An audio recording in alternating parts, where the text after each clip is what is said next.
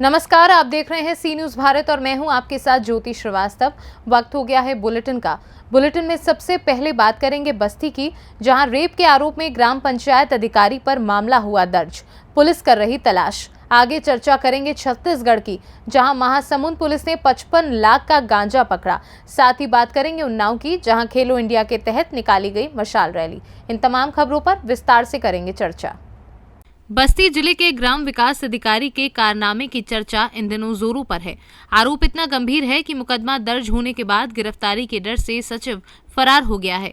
बस्ती जिले के कलवारी थाना में ग्राम पंचायत अधिकारी आनंद कुमार पर महिला के साथ दुष्कर्म और गर्भपात कराने के मामले में कोर्ट के आदेश पर मुकदमा दर्ज हुआ है। एसीजेएम प्रथम उमेश यादव के आदेश पर 20 दिन बाद पुलिस ने मुकदमा दर्ज किया है। मुकदमा दर्ज होने के बाद सचिव फरार हो गया है। इस केस में 10 साल से आजीवन कारावास तक की सजा होती है। कोर्ट के आदेश पर ग्राम सचिव समेत उनकी मां गायत्री देवी, भाई अमित और बहन के खिलाफ भी मुकदमे दर्ज हुए हैं। थाना कलवारी जनपद बस्ती में माननीय न्यायालय के आदेश से 17 मई को एक मुकदमा दर्ज हुआ। इसमें एक युवती 25 उम्र ने आरोप लगाए हैं कि एक आनंद जो ग्राम विकास अधिकारी है उसने उनके साथ कई इंस्टेंस पे बलात्कार किया है, तो उसमें कोर्ट के आदेश से मुकदमा लिखा गया है। इसमें ये दोनों पहले भी एक और मुकदमे में जेल जा चुके हैं, तो इसमें अभी मुकदमा दर्ज कर लिया गया है। साक्ष्यों के आधार पर कार्रवाई की जाएगी। धन्यवाद। बस्ती से सी न्यूज़ संवाददाता शैलेंद्र कुमार की रिपोर्ट। छत्तीसगढ़ राज्य के सीमावर्ती राज्य उड़ीसा से लगातार अवैध मादक पदार्थ गांजा का परिवहन महासमुंद के रास्ते किए जाने की सूचना पर पुलिस अधीक्षक महासमुंद धर्मेंद्र सिंह ने समस्त थाना चौकी प्रभारियों को नशीले पदार्थ, अवैध शराब तथा अवैध मादक पदार्थ गांजा की तस्करी करने वाले लोगों के खिलाफ कार्यवाही तथा सघन चेकिंग अभियान करने हेतु निर्देशित किया गया था। इसके साथ ही परिवहन के उन सभी रास्तों पर जगह व समय बदल कर नाकेबंदी कर संदिग्ध वाहनों की चेकिंग करें।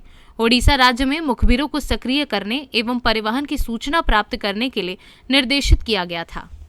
2 वाहन पकड़े गए हैं और दोनों वाहनों की तलाशी पर से करीब 220 केजी गांजा पकड़ने में महासमुंद पुलिस ने सफलता हासिल की है, जिसमें 3 आरोपियों को पकड़ा गया है और तीनों आरोपी अंतर्राज्यीय तस्कर हैं, जिनमें से एक कमलेश सोनवानी नाम का व्यक्ति जो है पहले भी यहाँ 1 कुंटल गांजे में पकड़ा गया था, जो आजकल बेल पे है। और 2 आरोपियों की जो है एक मध्य प्रदेश का रहने वाला है और एक आरंग का रहने वाला है। अभी इनकी आपराधिक पृष्ठभूमि के संबंधित उनके निवास स्थान के थाने से पता लगा रहे हैं और जैसे ही मिलेगी हम उनके अपराध में शामिल करेंगे इनको। पे जो केस था वो हमारे ही जिले का केस है, ये दोबारा पकड़ा गया है और दीगर प्रांतों में भी होगा तो वो भी पता लगाया गया। कोर्ट चेक के तहत कार्रवाई की गई है और करीब 220 केजी गांजा है, जिसकी बाजार कीमत लगभग 55 लाख रुपये की गई है। और छत्तीसगढ़ से सी न्यूज़ संवाददाता संजू जैन की रिपोर्ट। कैमूर जिले के कुदरा में भारतीय जनता पार्टी मंडल कार्य समिति की बैठक कुदरा बाजार बिचला मठ में की गई, जिसमें आगामी कार्यक्रम पर चर्चा की गई। भारत के प्रधानमंत्री का 9वां साल पूरा होने पर 9 साल बेमिसाल, जिसमें मुख्य रूप से उपस्थित जिला उपाध्यक्ष दुर्गेश चौबे, मंडल अध्यक्ष प्रमोद सिंह, महामंत्री रंजन सिंह, महामंत्री मंगल गुप्ता, किसान मोर्चा अध्यक्ष जितेंद्र सिंह आदि लोग उपस्थित थे। कैमूर से सी न्यूज़ संवाददाता जैनेन्द्र तिवारी की रिपोर्ट। सड़क पर सवारी भरने वाले ऑटो, टेम्पो तथा ई रिक्शा एवं बसों के विरुद्ध अवैध टैक्सी टेम्पो स्टैंड के विरुद्ध अभियान चलाकर बड़ी कार्यवाही की गई है, जिससे कस्बे में ऑटो चालकों में, टेम्पो तथा बस चालकों एवं ई रिक्शा चालकों में हड़कंप मचा रहा। कुछ ही देर बाद कस्बे से ऑटो, टेम्पो, ई रिक्शा गायब होने लगे। इस अभियान में यातायात प्रभारी द्वारा बताया गया कि 2 ऑटो कोतवाली गुरसहायगंज में प्रपत्र न होने के कारण निरुद्ध कर दिए गए हैं तथा 70 वाहनों के चालान काटे गए हैं। साथ ही कस्बे में दुकानदारों द्वारा सड़क पर अतिक्रमण किया गया था, जिसको स्थानीय पुलिस की सहायता से हटवाया गया, जिससे यातायात सामान्य हो गया है। प्रभारी द्वारा बताया गया कि यह अभियान लगातार चलता रहेगा और नगर पालिका गुरसहायगंज द्वारा जो स्टैंड चिन्हित किए गए हैं वहीं से auto rickshaw, e rickshaw, tempo आदि संचालित होंगे। जो भी ऑटो, टेम्पो, ई रिक्शा सड़कों पर सवारी भरता हुआ पाया जाएगा उसके विरुद्ध सख्त कार्यवाही की जाएगी। यातायात प्रभारी द्वारा यातायात नियमों के बारे में वाहन चालकों को तथा आम जनमानस को जागरूक भी किया गया। कन्नौज से सी न्यूज़ संवाददाता सीबू सैनी की रिपोर्ट। खेलेगा इंडिया तो बढ़ेगा इंडिया के तहत आज उन्नाव में पंडित दीनदयाल उपाध्याय स्टेडियम में लखनऊ से बाराबंकी से चली खेलो इंडिया टीम ने प्रोग्राम किया, जहां पर बच्चों ने अपनी कई कलाकृतियों से लोगों का मन मोह लिया और साथ ही योगा भी किया। योगा से होने वाले लाभ के बारे में जानकारी भी दी। अपने शरीर को कैसे स्वस्थ रख सकते हैं, इसकी जानकारियां भी दी गई। लखनऊ से चली टीम को उन्नाव जनपद के कई जगहों पर टीम का स्वागत किया गया, खासकर खेलों को बढ़ावा देने के लिए किया गया। जनपद के कई अधिकारी और बच्चे मौजूद रहे। उन्नाव से सी न्यूज संवाददाता अजय कुमार की रिपोर्ट। शिकारीपाड़ा के पत्थर औद्योगिक क्षेत्र से बाहरी प्रांतों को ढोए जाने वाले चिप्स लदे वाहनों को अवैध चालान बेचने का मामला शिकारीपाड़ा थाने में दर्ज किया गया है, जिसमें 5 नामजद व्यक्ति को आरोपित किया गया था। इनमें से ही एक आरोपी दीप सरकार पिता तापस सरकार साकिम बेलबुनी थाना शिकारीपाड़ा को गुप्त सूचना के आधार पर पुलिस ने उसके घर से मंगलवार को गिरफ्तार कर लिया है। इस संबंध में प्रेस वार्ता आयोजित कर थाना प्रभारी शिकारीपाड़ा उमेश राम ने पूरी घटना का खुलासा किया है। दिनांक 16/9/22 को जिला खनन पदाधिकारी महोदय दुबका के द्वारा अवैध चालान बेचने के आरोप में दीप सरकार एवं अन्य 4 के विरुद्ध कांड दर्ज किया गया था, जो शिकारीपाड़ा थाना कांड संख्या 116/22 है। इसमें पुलिस अधीक्षक महोदय द्वारा एक छापामारी दल का गठन किया गया और उनके निर्देश के आलोक में अनुमंडल पुलिस पदाधिकारी दुमका के नेतृत्व में गुप्त सूचना के आधार पर दिनांक 23/5/23 को दीप सरकार के घर पर छापामारी कर उसको गिरफ्तार किया गया है और इसमें अन्य अभियुक्तों के विरुद्ध छापामारी जारी है, उसको भी जल्द से जल्द गिरफ्तार किया जाएगा। ये लोग अवैध लॉटरी का या अवैध चालान का व्यापारी कर रहा था, अवैध चालान बेच रहा था, इस सबको गिरफ्तार किया जाएगा और क्षेत्र में जहाँ जहाँ अवैध चालान या डी चालान चलता है उसको सबको हम लोग गिरफ्तार करेंगे। पासिंग का मामला भी था क्या? पासिंग का मामला तो प्रकाश में अभी तक नहीं आया है। दुमका से सी न्यूज संवाददाता सद्दाम हुसैन की रिपोर्ट।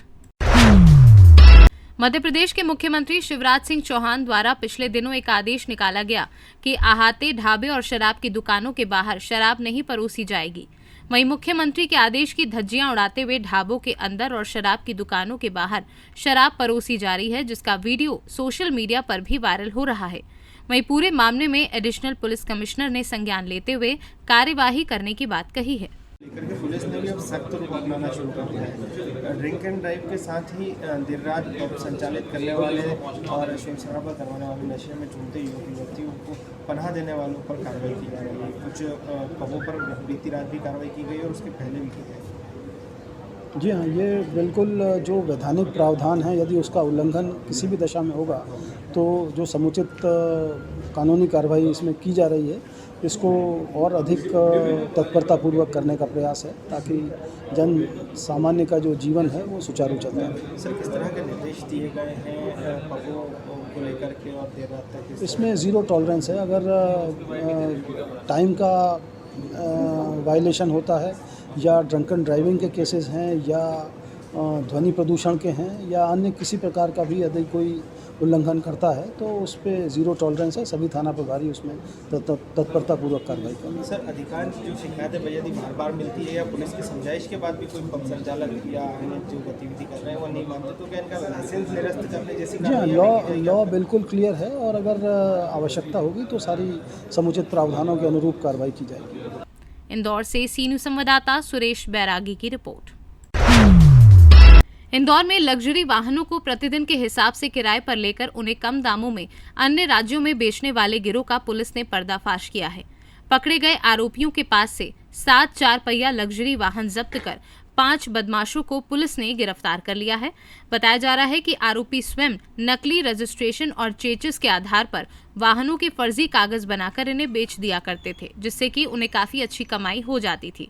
इस कारण से वो अपने अन्य साथियों को भी इस अवैध धंधे में जोड़ते हुए एक बड़े गिरोह का निर्माण कर लिया। इसी के कारण विभिन्न राज्यों में कई चोरी के अवैध वाहन संचालित हो रहे हैं, जिन्हें पुलिस अब विभिन्न राज्यों में भी इनके गिरोह के सदस्यों की तलाशों में जुटी हुई है। फर्जी एग्रीमेंट करते थे जिसमें वाहन स्वामी का नाम जो है खुद को वाहन स्वामी दिखाते थे और उसके बाद फिर उस व्यक्ति को जिसको खरीद रहा है उसको विश्वास में लेते थे कि ये उनकी खुद की गाड़ी है और उसके बाद फिर उसको जो है कम दामों में उसको बेच देते थे। नंबर चेंज करने वाली स्थिति कहीं आई है सामने की? पेपर तो नकली बना लेते हैं। अभी तक इंजन नंबर या चेचिस नंबर चेंज करने की वो अभी तक हमें नहीं मिली है, लेकिन एक बार अपन उसकी भी आरटीओ से जांच करवा लेंगे। अभी इसकी तफ्तीश की जा रही है, एक बार देख लेंगे एमआईजी की घटना का।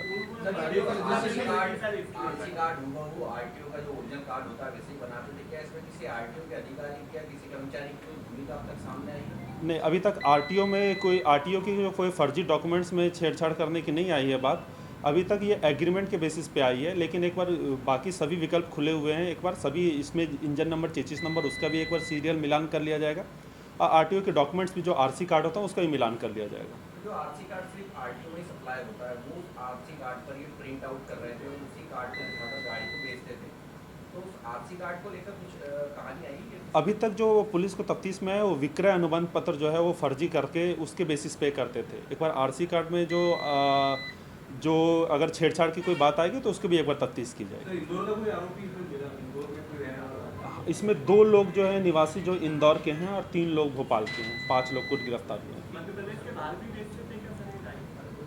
इसमें कुछ गाड़ियां जो है जो जिनकी ओनरशिप हैं वो बाहर के हैं, लेकिन अभी तक बेचने की मध्य प्रदेश से बाहर की बेचने की अभी तक हमको जानकारी नहीं मिली है, लेकिन उसको भी एक बार देखा जाएगा। किस कीमत में इसका सौदा करते थे? जैसे कि ये जो व्यक्ति है उसको गाड़ियों के मॉडल और गाड़ियों के ईयर ऑफ मैन्युफैक्चरिंग उसके बेसिस पे होता था, तो कई गाड़ियों को ये जो है जो 6 लाख 7 लाख की गाड़ियाँ उसको 2-2.5 लाख रुपए इस तरह में बेचते थे वो।